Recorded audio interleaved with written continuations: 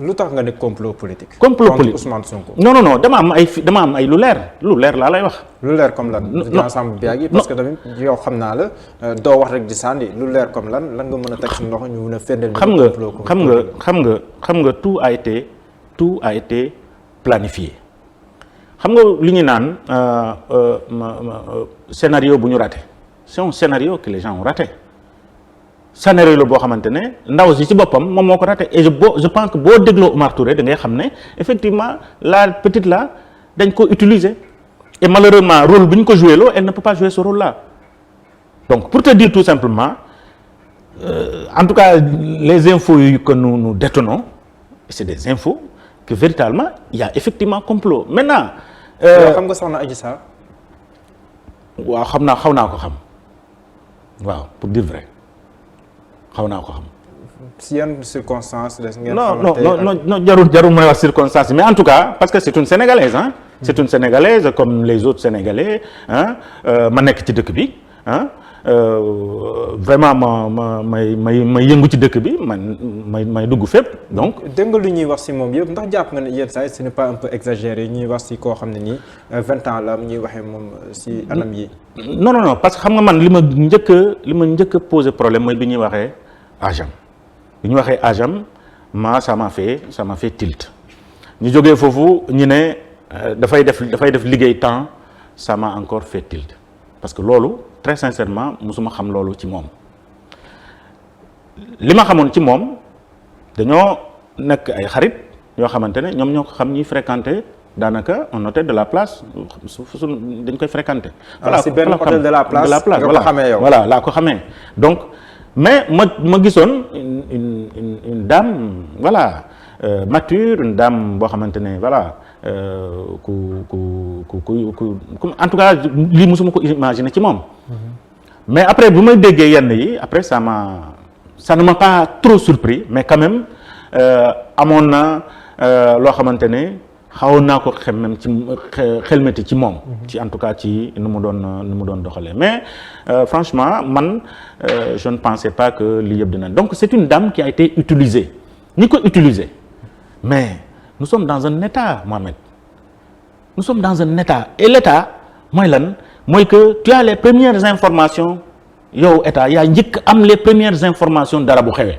ñoom am nañ les premières informations xam nga yaa ngi dégg ministre de la justice maître Malick Sall muy naan le président de la république moom moo ko yëgal en conseil des ministres moi je peux le confirmer. Kon effectivement le président Macky Sall en conseil des ministres la yëgee mbir mi. en conseil des ministres effectivement la yëgee mbir mi le président de la république yëgu ci dara tiinu ci dafa am ñu ko concocté fële pour lui faire plaisir.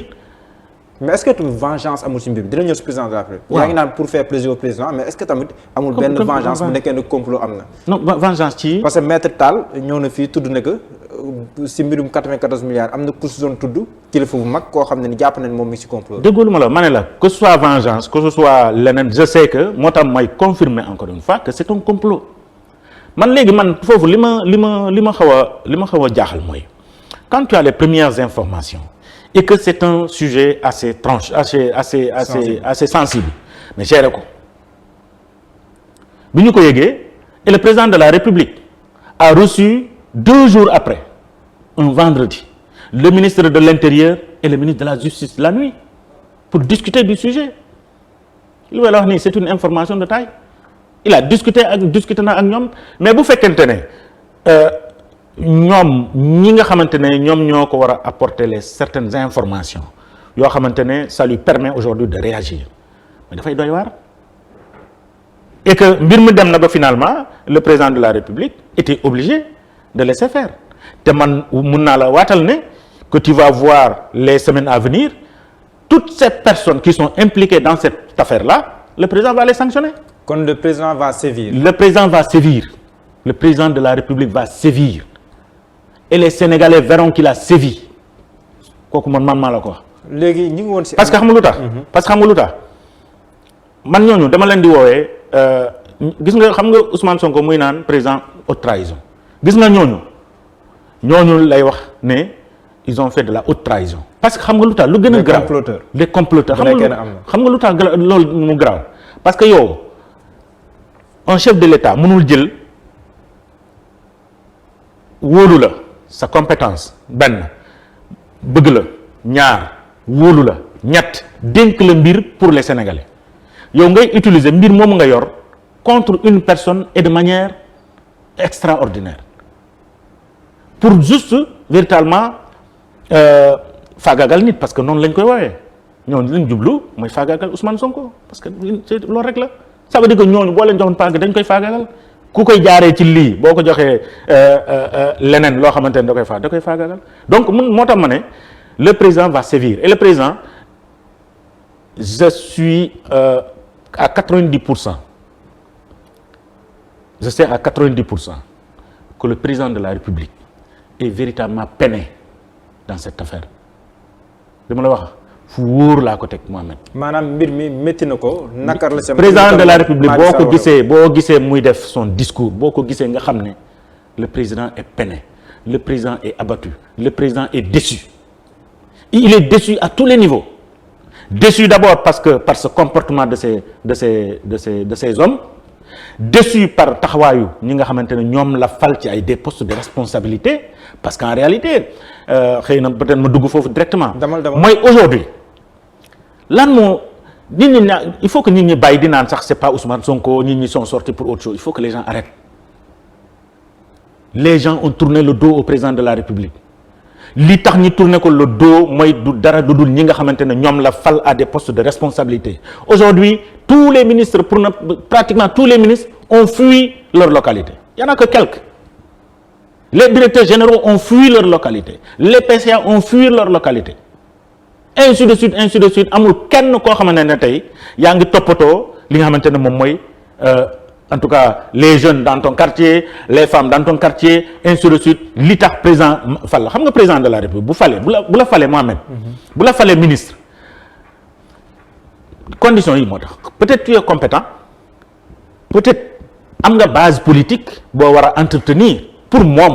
président de la République parce que c'est lui le président du parti c'est lui le président de la République te mënut a nekk fépp yaa ko war a nekkal sur le terrain mais malheureusement ces gens-là nekkaluñu président de la République sur le terrain ñoom ñëpp kenn ku nekk boo fayee ko yaa ngi sa premier deuxième troisième jour yaa ngi tëdd ci grand hôtel yi yaa ngi voyager ku la woo du la jot ñaati yoon la président de la République wax monsieur le ministre ouvrez vos portes ubbi leen seen bureau yi ñaati yoon bu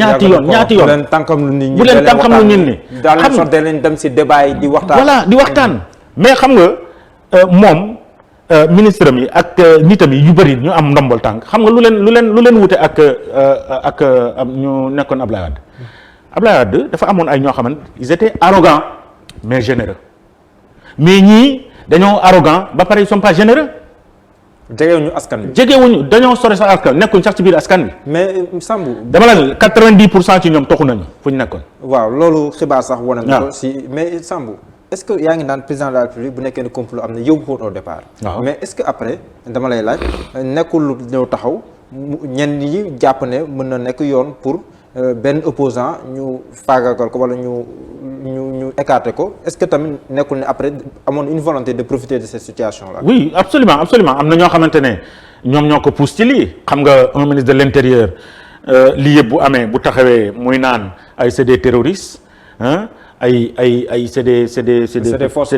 occultes, c'est des bandits, c'est des jeunes bandits, c'est des jeunes qui ne sont pas instruits, c'est des jeunes comme ça c'est